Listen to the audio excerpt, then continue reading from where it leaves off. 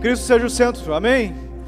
Eu queria te convidar agora a você então falar isso para Jesus com as tuas palavras. Que você dissesse: Jesus, eu de fato quero que tu seja número 1 na minha vida. Que tu fale para Ele quanto tu quer ouvir Ele essa noite. Que nós estejamos compartilhando da palavra dEle agora e que tu esteja dizendo para Ele: Senhor, eu quero te ouvir, eu quero fazer o que tu está me desafiando a fazer. Então eu queria que tu tivesse um tempo com Jesus agora, antes de nós compartilharmos a palavra de Deus. Fala o quanto Ele é importante para ti.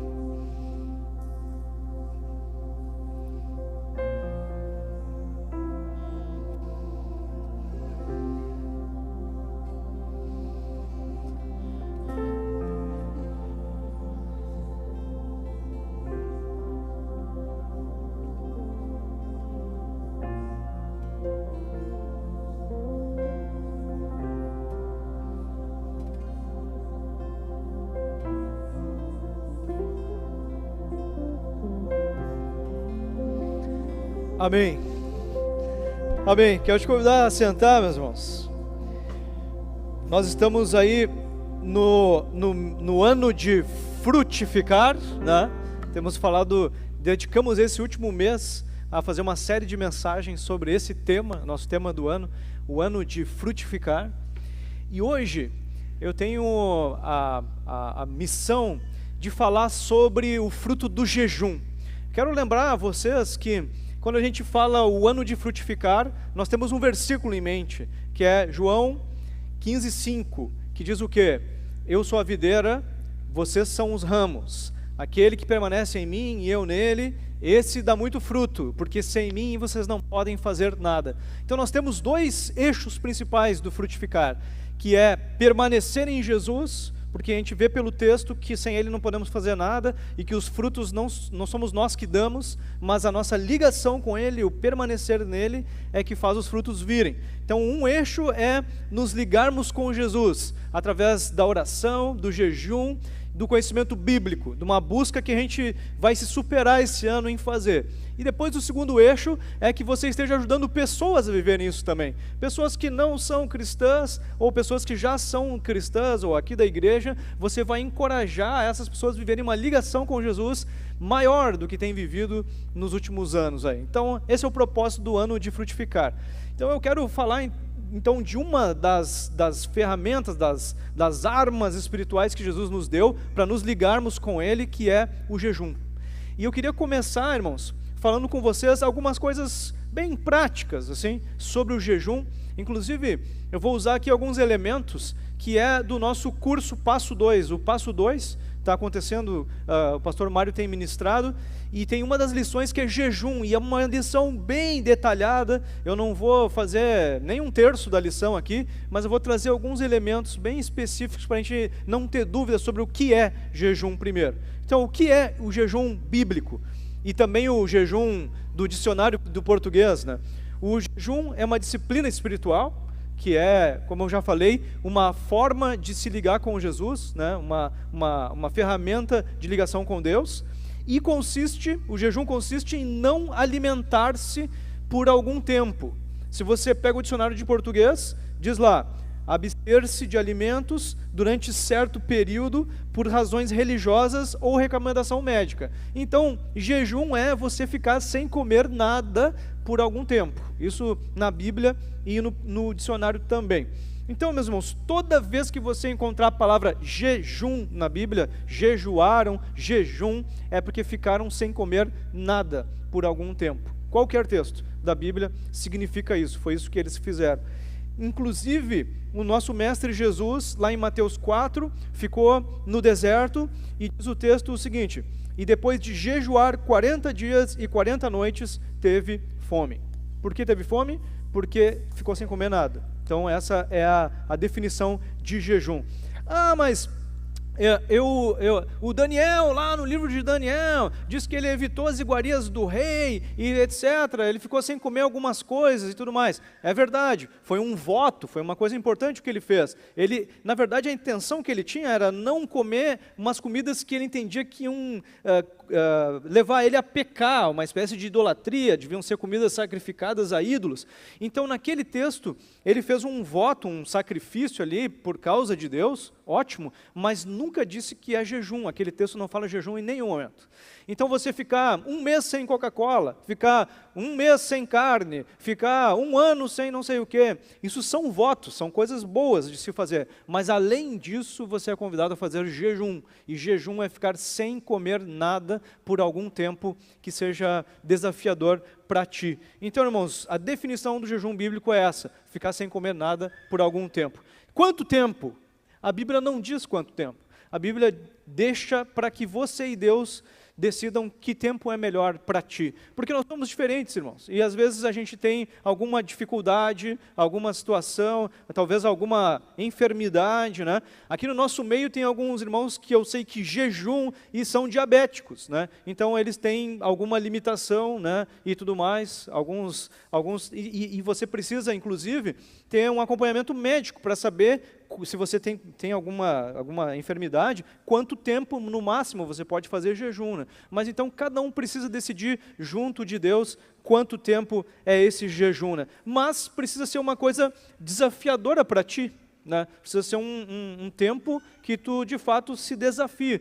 Eu já estou fazendo de 24 horas, é bem tranquilo para mim, beleza? Então está na hora de aumentar, né? Está na hora de fazer mais tempo. Quando não está desafiador mais, precisa crescer no tempo, né?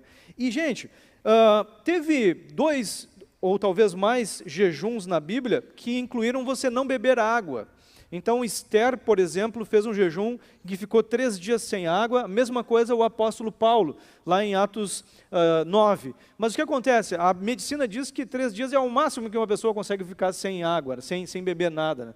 Então, essas pessoas decidiram fazer um jejum incluindo a água, mas esse não é o padrão, tá? O padrão é você ficar sem comer nada, só com água, por algum tempo que seja desafiador para ti. Se quiser ficar sem água também, pode se desafiar também dessa forma. Tá, e qual frequência? De quanto em quanto tempo eu devo fazer o jejum? A Bíblia também não fala sobre isso, irmãos. A Bíblia não diz quanto em quanto tempo, né? Mas eu acredito que precisa ser com uma certa frequência, né? Então, na tradição judaica, se fazia jejum 2 vezes por semana. Até tem um texto aqui em Lucas 18, que dá uma sugestão, aquele texto em que o fariseu estava orando, dizendo, eu te agradeço porque eu não sou que nem esse pecador, eu dou o dízimo, eu faço isso, e jejuo 2 vezes por semana, né? Então, aquele texto dá uma certa dica que eles faziam isso, e a gente sabe pela tradição judaica que eles faziam jejum de 12 horas, do nascer do sol até o pôr do sol. Então eles faziam 2 vezes por semana, 12 horas. Mas, irmãos, não é bíblico, não é? A Bíblia não disse que esse é o padrão, é só uma sugestão. Então você, de novo, você decide com que frequência você vai fazer jejum. Mas, irmãos, é que nem a ceia do Senhor. A Bíblia diz de quanto em quanto tempo se faz ceia do Senhor. Não diz de quanto em quanto tempo. A gente acha que é melhor a gente fazer uma vez por mês, mas a Bíblia não diz isso. A gente achou que se fazer toda semana, todo culto, vai ficar meio, assim, banalizado, né? E se a gente não fizer, se a gente fizer uma vez a cada 6 meses, vai ficar meio esquecido. Então é esse mesmo critério, tu tem que pensar, olha, eu preciso fazer jejum de vez em quando, não pode ser muito tempo, mas também não pode ser toda hora, né? Porque senão acaba sendo banalizado, né? Então tu precisa, de novo, decidir com Jesus que frequência vai ser essa, né? E, irmãos, uma coisa interessante sobre a Bíblia é que a gente vê ali, por exemplo, em Mateus 6, que Jesus esperava de nós que nós jejuássemos. Porque ele dá ali algumas direções no Sermão do Monte, e numa delas ele começa dizendo o seguinte, quando jejuarem, não mostrem a aparência triste. Então ele está dizendo assim, bom, vocês vão jejuar, né? Então, quando vocês jejuarem, vocês façam dessa forma, vocês não fiquem tentando se aparecer com isso. E depois, mais para frente, alguns homens chegaram lá questionando Jesus. Olha só, os discípulos de João Batista lá, eles jejuam, os judeus jejuam, e tu e os teus apóstolos, vocês não fazem jejum? Então, acho que está errado isso aí. E a resposta de Jesus foi a seguinte, olha, por que eles vão fazer jejum se eu estou aqui ao vivo e a cores? Eles falam comigo a hora que eles quiserem. Mas vai chegar uma hora que vai ser tirado o noivo deles, ou seja, que eu vou ser tirado daqui, e aí eles jejuarão, foi a palavra que Jesus disse. Jesus não botou dúvida, ele disse, eu tenho certeza, eles jejuarão. Então, irmãos, é uma expectativa de Jesus sobre nós, que a gente jejue, que a gente faça essa prática. Então, todos nós somos convidados a praticar o jejum. E aí eu queria continuar nesse assunto, falando agora sobre direções práticas mais interiores de como fazer o jejum, mais internas de como fazer o jejum, que, de novo, eu vejo na Bíblia. O jejum, ele é, primeira direção, vão ser só duas. Primeira, ele é para agradar a Deus, para buscar mais de Deus. Esse é o grande propósito do jejum, agradar a Deus, buscar mais de Deus. E aí, Jesus estava falando naquele texto que eu já tinha mencionado lá de Mateus 6, que o jejum, ele não deve ser usado nunca para você se exibir, para você contar vantagem, para você mostrar para as pessoas que você está fazendo jejum. A direção de Jesus lá em Mateus 6 foi a seguinte, a partir do verso 16. Quando jejuarem, não mostrem uma aparência triste como os hipócritas, pois eles mudam a aparência do rosto, a fim de que os homens vejam que eles estão jejuando. Eu lhes digo, verdadeiramente, que eles já receberam sua plena recompensa. Ao jejuar, ponha óleo sobre a cabeça, lave o rosto, para que não pareça aos outros que você está jejuando, mas apenas a seu Pai que vê no secreto. E o seu Pai que vê no secreto o recompensará. Então, irmãos, nós precisamos procurar fazer o jejum querendo ser visto por Jesus e só por Ele. Ser visto por Jesus. Né? Tá, mas e se alguém me convida para comer alguma coisa, o que eu faço? Né? Às vezes tu está de jejum e aí tu visita lá a pessoa, ou tu vai em algum aniversário, sei lá, a pessoa te oferece uma coisa para comer. O que você vai dizer? Vai inventar uma história? Vai dizer, não, amanhã eu tenho consulta, não. Daí você vai estar estragando todo o teu jejum, está mentindo no meio do jejum, né? Então, não, se a pessoa te perguntar, você diz, estou de jejum, entendeu? Porque você não estava ali querendo mostrar, promovendo, querendo dizer. Você foi perguntado, então você fala a verdade. Né? Então, irmãos, é você ser discreto. Né? Agora, também é interessante que você possa se unir com outras pessoas próximas de você e encorajar essas pessoas a jejuarem.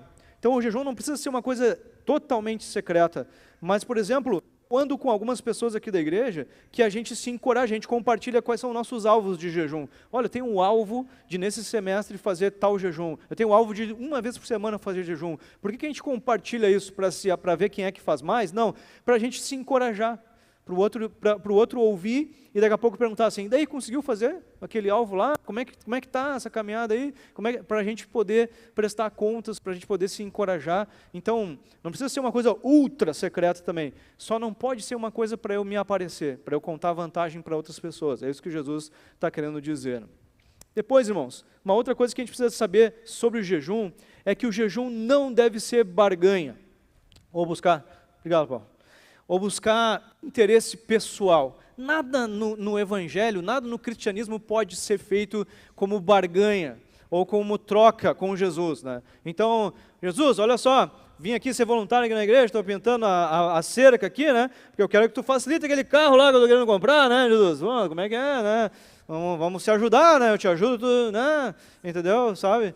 Essas coisas de troca com Jesus, meus irmãos, que é tão comum na nossa cultura brasileira, é péssimo, no evangelho não funciona, Jesus ensinou que isso não vale, isso faz tu perder a tua recompensa. Então você precisa entender que o jejum não é troca. Jesus, estou fazendo jejum para te me abrir aquela porta, para te me dar aquela coisa, para te me fazer aquilo. Né? O jejum não é feito dessa forma. Para que é o jejum? Para agradar a Jesus. Para agradar a Jesus e para buscar mais da presença de Jesus. Simplesmente isso. É importante sempre, irmãos, a gente separar bem o abençoador das bênçãos. Então eu não estou fazendo jejum porque eu quero os presentes, eu estou fazendo jejum porque eu quero o abençoador, porque eu quero Jesus, eu quero mais a companhia de Jesus. Então o jejum é esse o objetivo, irmãos, buscar ao Senhor, não é troca, não pode ser troca. Outra coisa que a Bíblia fala, e é a segunda direção assim, mais prática, interior do jejum, é que o jejum deve ser acompanhado de um sentimento altruísta. Altruísta significa que eu estou pensando em outros, mais do que em mim.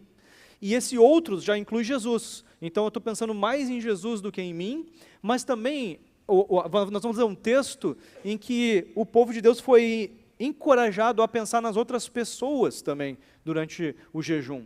Então o texto é bem conhecido também, Isaías 58, mas eu queria ler com vocês todo o texto, que vai dizer assim: Por que jejuamos, dizem, e não o viste?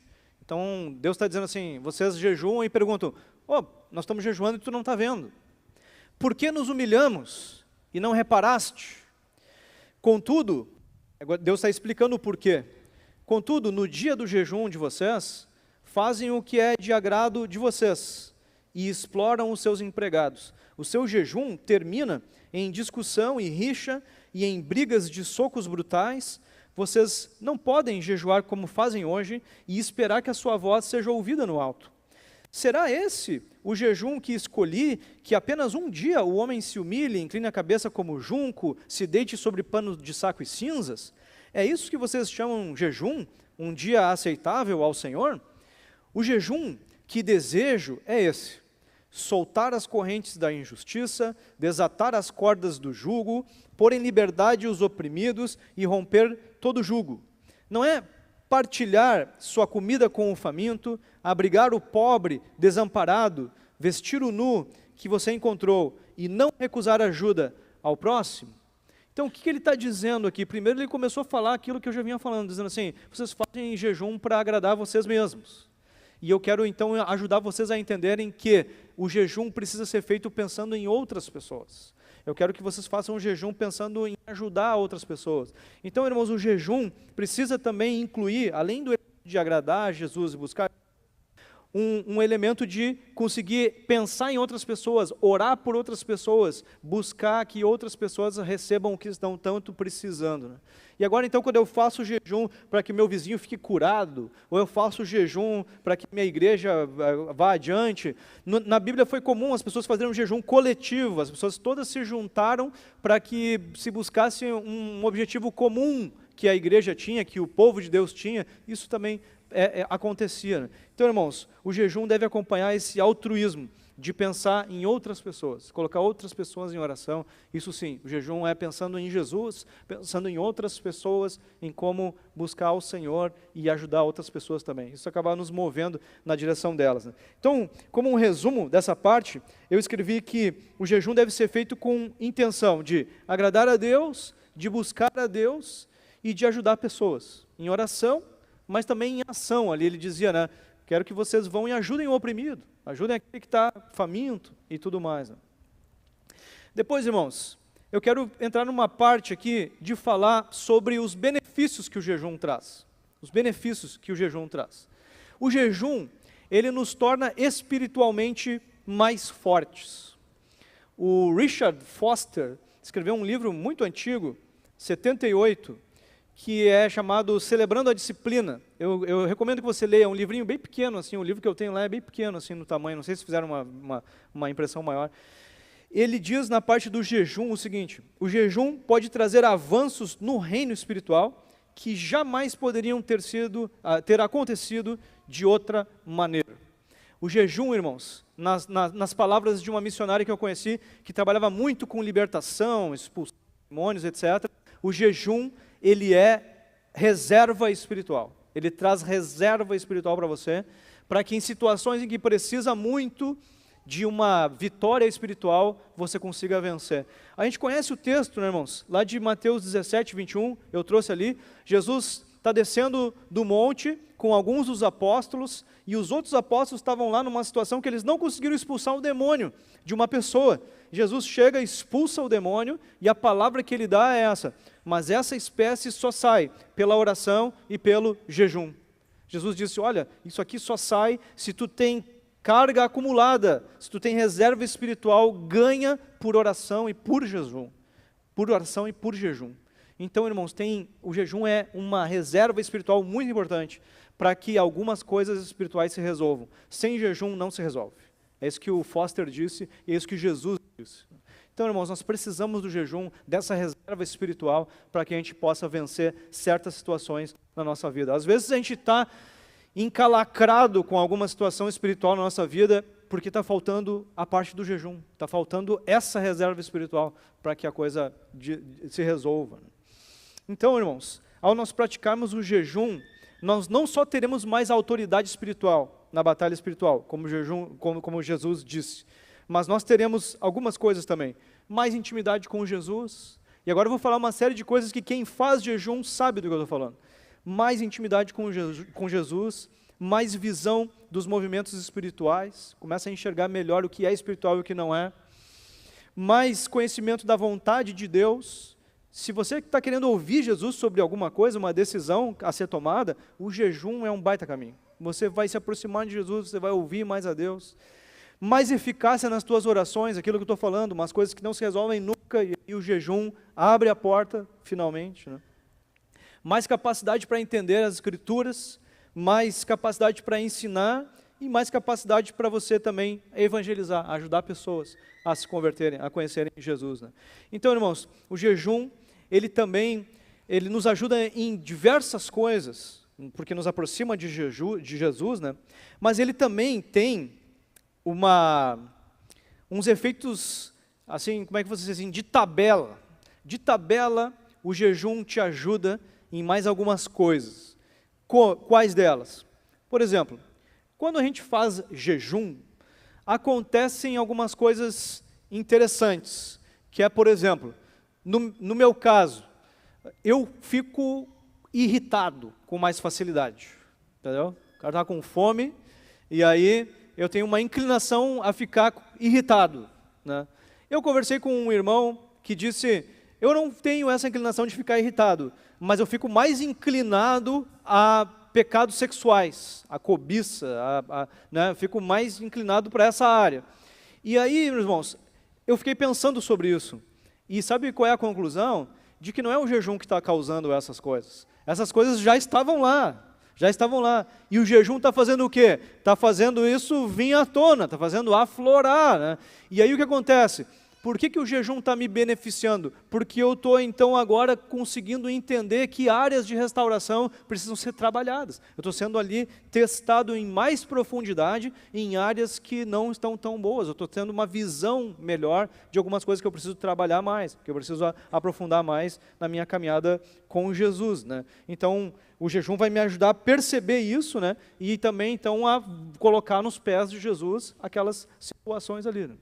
Uma outra coisa que o jejum também nos ajuda, por tabela, é o seguinte: nós sempre temos uma luta contra a nossa natureza humana. A luta do cristão sempre é permanente. Eu quero que a vontade de Jesus, o que é espiritual, venha antes das minhas necessidades humanas, carnais, da minha natureza humana. Então eu preciso sempre fazer com que prevaleça o espiritual sobre o humano. E quando você está fazendo jejum, você está com uma necessidade humana da carne ali muito latente, está gritando a tua natureza humana que você precisa comer. E o que você está dizendo de volta? Está dizendo, pode gritar, o espiritual vai prevalecer sobre a natureza humana.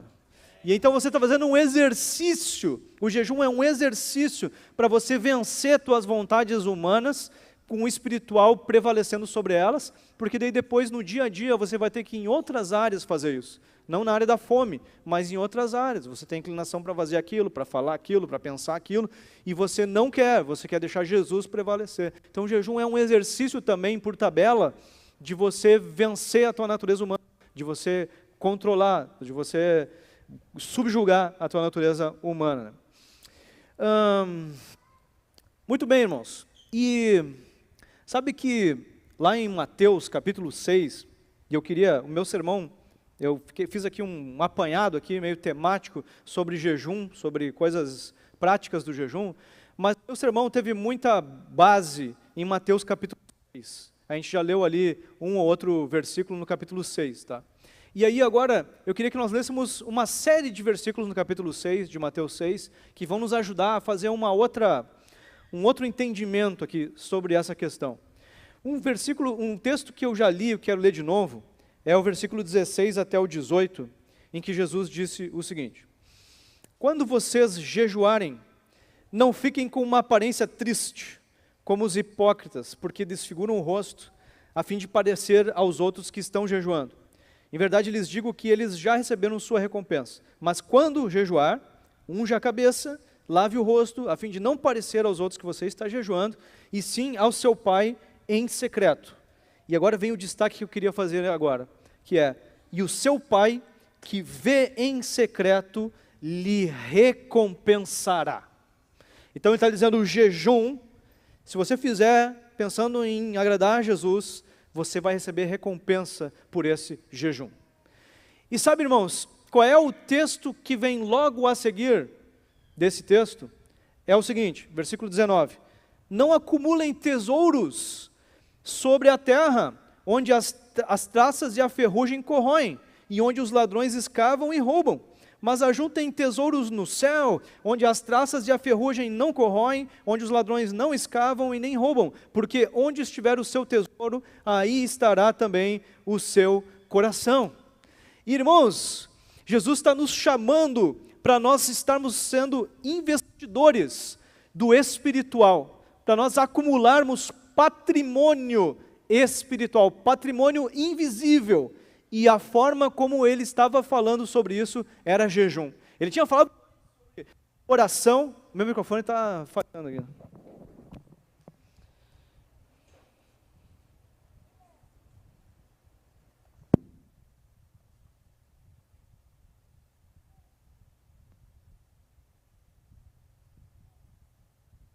Ele estava falando sobre oração, sobre esmolas, aliás, depois sobre oração, e agora por jejum, sobre jejum, e a conclusão ali, a sequência dele é, não acumulem tesouros aqui na terra, acumulem tesouros no céu. E ele tinha falado sobre o jejum, você vai ser recompensado pelo teu Pai, que vem em secreto, você vai ser recompensado de maneira espiritual. E meus irmãos, quando a gente leu agora, nesses dias, a segunda carta aos Coríntios, naquele nosso grupo de WhatsApp, de partilha bíblica, Jesus falou uma coisa muito importante comigo. E eu queria ler com vocês aqui o texto do capítulo 4. Lá em 2 Coríntios 4, 17 e 18, diz assim, porque o contexto qual é? Paulo está dizendo que a gente está com os olhos lá na vida eterna, a gente está com um olhar lá na vida que nós teremos no reino dos céus, e isso está nos dando esperança. E aí agora ele vem com essa palavra que é a seguinte, porque a nossa leve e momentânea tribulação produz para nós um eterno peso de glória, uma recompensa eterna, acima de toda comparação, na medida em que não olhamos para as coisas que se veem, mas para as que não se veem. Porque as coisas que se veem são temporais, mas as que não se veem são eternas. Esse texto, irmãos, está dizendo que nós estamos acumulando tesouros nos céus, como Jesus disse, e que isso vai acontecendo na medida que eu vou olhando mais para as coisas que são invisíveis do que para as coisas que são visíveis. Estou botando mais energia nas coisas invisíveis do que nas coisas visíveis. Então, na medida que eu faço isso, mais eu acumulo tesouros para mim no mundo espiritual, tesouros no invisível, patrimônio invisível espiritual que vai comigo para a eternidade. Amém, irmãos? Sim, nós queremos esse patrimônio. E sabe, irmãos, que eu lendo 1 Coríntios capítulo 3, me lembrei desse texto, lendo o outro, lá diz o seguinte, porque ninguém pode lançar outro fundamento, além do que foi posto, qual é Jesus Cristo. Então ele está dizendo que o cristão, ele tem um fundamento, uma base do edifício, que é Jesus, é o fundamento do edifício. E agora ele vai dizer que o cristão está construindo em cima dessa base, uma outra obra, um edifício, um prédio em cima dessa base. E ele diz assim, e se o que alguém edifica ou constrói sobre o fundamento é ouro, prata, pedras preciosas, madeira, feno ou palha, a obra de cada um se tornará manifesta, pois o dia da volta de Cristo, a demonstrará, porque será revelada pelo fogo, e o fogo provará ou testará qual é a obra de cada um. Se aquilo que alguém edificou sobre o fundamento permanecer, esse receberá o quê? Recompensa. Se a obra de alguém se queimar, esse sofrerá o quê? Uma perda, porém ele mesmo será salvo, mas como que através do fogo. Então, irmãos, quem está em Cristo é salvo, vai para a vida eterna, mas vai ter uma questão, um está construindo um edifício que o fogo vai deixar passar, vai testar e ele vai seguir para a vida eterna, e o outro está construindo um patrimônio que vai ficar por lá, e o sujeito vai ficar assim, bah, que lástima, gastei energia de monte nesse patrimônio aí, não vai comigo para a vida eterna. E irmãos, eu fiquei pensando que essa situação aqui ela também tem reflexo no hoje, porque se ele está dizendo que nós estamos construindo um edifício, eu e você, nós estamos construindo edifícios agora, significa que esse patrimônio espiritual é para mim desfrutar desde agora, meus irmãos, desde agora. Então eu estou acumulando um patrimônio invisível que eu desfruto desde agora, porque a Bíblia diz que a vida eterna já começou. No dia que você entregou sua vida para Cristo, a vida eterna começou. E eu comecei então, depois do fundamento de Cristo, a construir um edifício, e eu desfruto desse patrimônio invisível desde agora. É por isso que o sujeito que está investindo no jejum, ele tem mais reserva, mais condições, mais patrimônio espiritual para vencer algumas batalhas que outros não têm. E, irmãos, isso é importantíssimo para nós, porque agora nós vamos começar a pensar no seguinte: o cristão, ele pode construir então esse patrimônio que já te acompanha agora, mas nós temos que chegar agora numa questão muito derradeira que Jesus traz para nós, tá? Lá em Hebreus está escrito uma definição de fé que diz o seguinte: de fato, sem fé é impossível agradar a Deus, porque é necessário que aquele que se aproxima de Deus faça duas coisas: creia que Ele existe e que recompensa os que o buscam. Ele está dizendo, a fé, sabe o que é? Você saber que Deus existe e que Ele recompensa os que o buscam, que você acumula patrimônio espiritual invisível quando você busca Ele, que você acumula patrimônio, recompensa espiritual quando você busca Ele. Irmãos, então ter fé é você trabalhar com investimento espiritual. Está entendendo isso? Amém? Você ter fé, você ser cristão, é você ser um investidor espiritual. Alguém que está trabalhando para acumular, para construir um patrimônio invisível. Isso é ser cristão, meu irmão. Isso é ser cristão. Mas aí tem uma outra parte. Porque se você decide que você vai construir patrimônio invisível, você vai começar a ter que desistir do patrimônio visível. Você vai ter que deixar de gastar energia em outros investimentos, para você investir nesse investimento aqui. Irmãos, toda a vida na Terra se resume a duas coisas: a investimento eterno e investimento terreno. A patrimônio invisível espiritual e patrimônio material aqui da Terra. É isso que a Bíblia está dizendo, e repetidas vezes, de muitas formas, em muitos textos.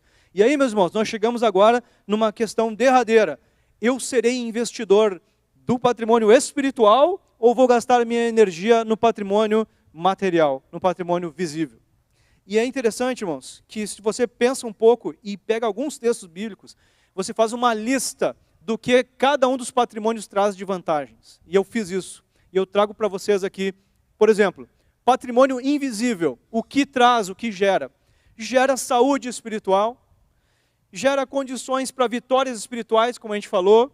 O jejum traz condições de vencer espiritualmente, a oração também. Traz sentimento, aliás, traz sentido à vida. A gente sabe muito bem, Jesus disse: eu vim para dar vida completa, vida com sentido, traz sentido para a vida. Traz estabilidade emocional. A gente sabe, Jesus disse: eu vim dar alegria completa. A gente conhece o texto que diz que se você deixar a tua ansiedade, vem a paz. Deixa a ansiedade na oração com Jesus. Vem a paz, estabilidade emocional, meus irmãos. Depois, impacto na eternidade. A gente acabou de falar, o que você acumular de patrimônio espiritual vai contigo para a eternidade. É uma coisa eterna, não tem validade, né? Ninguém pode roubar, como Jesus falou. E por fim, irmãos, o patrimônio invisível resolve praticamente todo o patrimônio visível. Tudo o que você precisa materialmente, praticamente tudo, o invisível resolve. E eu não estou querendo ser extremo, só por isso que eu não escrevi que o invisível resolve todo o resto. Só por isso. Por quê? Porque nós sabemos, o Gênesis garante, você só tem uma forma de ganhar o teu sustento material, trabalhando, né? Então tem uma parte que é nossa, por isso que eu não fui extremo aqui. Então, mas a gente fala do patrimônio visível. O que o patrimônio visível traz para nós? O patrimônio material traz para nós? Traz a solução de algumas necessidades materiais e algumas necessidades emocionais. Só algumas. Porque você pode ser riquíssimo e se você tem a tua vida espiritual quebrada, não adianta para nada. Você fisicamente sofre, você adoece fisicamente, você não tem um material resolvido. Então o patrimônio material resolve pouquíssima coisa, meus irmãos. Pouquíssima coisa. E a gente acaba gastando muito mais energia do que devia nesse patrimônio que vai ficar aqui na Terra. A gente devia estar investindo mais no patrimônio invisível, que resolve muito mais coisa, resolve a nossa vida praticamente inteira. E, irmãos, é interessante que no mesmo capítulo 6, Jesus fez uma pergunta, e eu de vez em quando me lembro dessa pergunta que ele fez. A pergunta dele foi: não é a vida mais importante do que a comida? Ele está querendo dizer o quê? Está querendo dizer que não é patrimônio material que resolve as coisas, é a vida completa com Jesus que resolve as coisas. E mais, ele segue nesse capítulo, vai dizer o quê? Né? No versículo 24, ninguém pode servir a dois senhores, pois odiará um e amará o outro, ou se dedicará a um e desprezará o outro. Vocês não podem servir a Deus e ao dinheiro. Sabe como é que a gente traduz esse versículo de outra forma, irmãos? Não tem como você ser investidor de patrimônio invisível e investidor de patrimônio material. Não tem como ser os dois. Ou você se define como investidor no mundo espiritual, ou você é investidor do mundo material. Jesus está dizendo, não tem como fazer os dois. Tá, Eduardo, mas a gente tem que se dedicar no mundo espiritual, no mundo material, a gente tem que se dedicar alguma coisa ao material? Sim, mas uma pequena parcela do teu tempo. O meu tempo maior tem que ser dedicação ao patrimônio que resolve mais coisas. De dedicação ao patrimônio invisível. Eu tenho que, na verdade, fazer qualquer dedicação àquele patrimônio, se converter a esse aqui.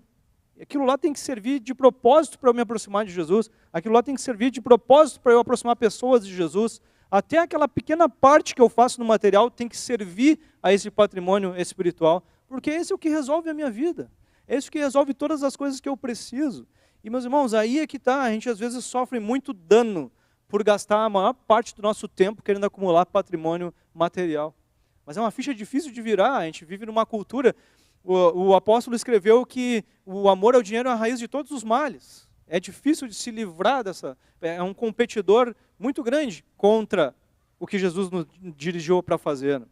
Agora, sabe uma coisa que Jesus diz no mesmo capítulo 6, que falou sobre jejum, que falou sobre tesouros nos céus, ele fala mais para o final do capítulo o seguinte: não se preocupem dizendo que vamos comer, ou que vamos beber, ou que vamos vestir, pois os pagãos é que correm atrás dessas coisas. Mas o Pai Celestial sabe que vocês precisam delas. Busquem, pois, em primeiro lugar o reino de Deus e a sua justiça, e todas essas coisas serão acrescentadas a vocês. Sabe o que Jesus está dizendo aqui? Que se você priorizar o patrimônio espiritual, o patrimônio material vem de reboque. Se busca esse aqui, recebe aquele lá, resolve praticamente todo aquele lá. Claro, tu vai continuar tendo que trabalhar, né? Por isso que eu digo que não resolve tudo, né? Porque lá em Gênesis está dizendo, só vai ganhar o pão se tiver suor, né? Então, Jesus não vai resolver todo o patrimônio material, mas praticamente todo. Ele abre as portas, ele deixa a coisa mais leve, você não precisa se enlouquecer, né? Como todo mundo anda por aí enlouquecido, né? Trabalha cada vez mais e tudo mais. Então, irmãos, nós precisamos priorizar o invisível, priorizar o patrimônio invisível. Jesus ter me falado isso fez muita diferença. Eu tenho andado na rua com uma outra visão agora. Eu ando na rua, eu olho e digo, estou no meio dessas coisas todas visíveis, estou no meio do mundo visível, do mundo material, mas eu sou investidor num patrimônio espiritual. Investidor no patrimônio espiritual. E eu quero que esse patrimônio cresça. Ninguém está vendo, mas eu sei qual é o patrimônio. Eu quero crescer. Eu quero ser uma pessoa rica espiritualmente. Né? Ah, mas Eduardo, mas aí tu está perdendo outras coisas. Não importa. E aí alguém pode dizer assim, para ti é fácil. Tu não trabalha fora da religião, tu trabalha com a religião e etc. Irmãos, eu posso facilmente me tornar um investidor material. Como assim, Eduardo? Se eu simplesmente começar a me desligar de Jesus, não pratico oração mais, não pratico jejum mais, não busco as escrituras para me aproximar de Jesus, eu me torno aqui um palestrante, irmãos. E eu consigo fazer razoavelmente bem, sem o poder de Deus, eu consigo dar uma palestra aqui. Eu consigo pegar, estudar a coisa, vir dar uma palestra para vocês, fazer todo o possível para ser bonito diante de vocês, para ser agradável diante de vocês, para vocês gostarem do que eu falo. E aí eu fico só uma vida procurando agradar pessoas, procurando fazer uma igreja bonita e bababá, e prego sem o poder de Deus aqui, etc. Me tornei um investidor material. um cara que procura só a recompensa das pessoas, reconhecimento das pessoas, e ganha um dinheiro para isso, ponto final, amém, era isso, e me desligo. Irmãos, eu conheço colegas, pastores, que viveram isso, tiveram tragédia na família, tiveram tragédia em outras áreas, porque começaram a se desligar de Jesus, deixaram de ser investidores espirituais, mesmo estando no cargo de pastor. Então, quero te dizer que para todos nós isso é um grande risco, é um grande perigo. Então, você não pode, você precisa lembrar quem você é. Eu sou investidor no patrimônio espiritual. Esse importa que cresça, não importa o resto, importa que esse cresça. E eu não posso deixar que o outro me engula, me torne um investidor material. Irmãos, para seguir e finalizar, a gente viu em Mateus basicamente 3 coisas. Que Jesus fala sobre investimento e patrimônio espiritual, no mesmo capítulo em que ele fala o quê? Que nós precisamos jejuar, que ele espera que a gente jejue, que ele esperava que a gente jejuasse. E no mesmo capítulo ele fala de oração e de esmolas, como se a ajuda do próximo, a oração e o jejum fossem um grande tripé, como se o jejum tivesse ali numa das colunas, das 3 colunas do que Jesus estava esperando de nós. Então, irmãos, o jejum é algo extremamente importante para esse patrimônio espiritual crescer. Extremamente importante para que esse patrimônio cresça e a gente experimente as coisas mais profundas de Jesus. Mas você não precisa ter pressa, você precisa ir no seu tempo, como eu disse, né? Você precisa começar talvez com um jejum de 12 horas, e aí você viu que dava, e você repete outras vezes, daqui a pouco diz, olha, eu acho que eu consigo ir 24, ou eu consigo... não consigo tanto porque eu tenho alguma dificuldade e tal. Não importa, importa que você cresça no jejum, que você faça mais do que você tem feito. Essa é a proposta, irmãos. Nós queremos crescer no nosso patrimônio espiritual esse ano. Nós queremos que seja um ano em que a gente vai jejuar como a gente nunca fez. E eu queria te convidar, essa palavra toda foi para te encorajar, te estimular a você fazer agora um combinado com Jesus sobre que jejum você vai fazer aí nas próximas semanas. Vamos fazer isso, irmãos? Amém? Quero te convidar a ficar em pé então agora e você já ir falando com Jesus sobre isso. Eu quero que a gente cante uma música agora e você já vai ter uma conversa com Jesus dizendo, Jesus, de fato, eu estou precisando investir mais espiritualmente. Preciso ver o meu patrimônio espiritual crescer. Preciso investir na bolsa do reino para que meu patrimônio cresça. E eu quero combinar contigo um jejum que eu vou fazer, que eu nunca tinha feito, ou eu nunca fiz, vou começar a jejuar agora, ou então eu tenho feito jejum, mas vou fazer um maior do que eu nunca fiz, e vai ser aí na próxima semana, no próximo mês, eu não sei. Hoje de manhã eu falei essa mesma palavra, eu fiz um combinado com Jesus, eu queria te encorajar a você fazer isso agora. Então nós vamos cantar uma música e você vai dar uma resposta para Jesus sobre isso que você ouviu, sobre jejum, investimento espiritual.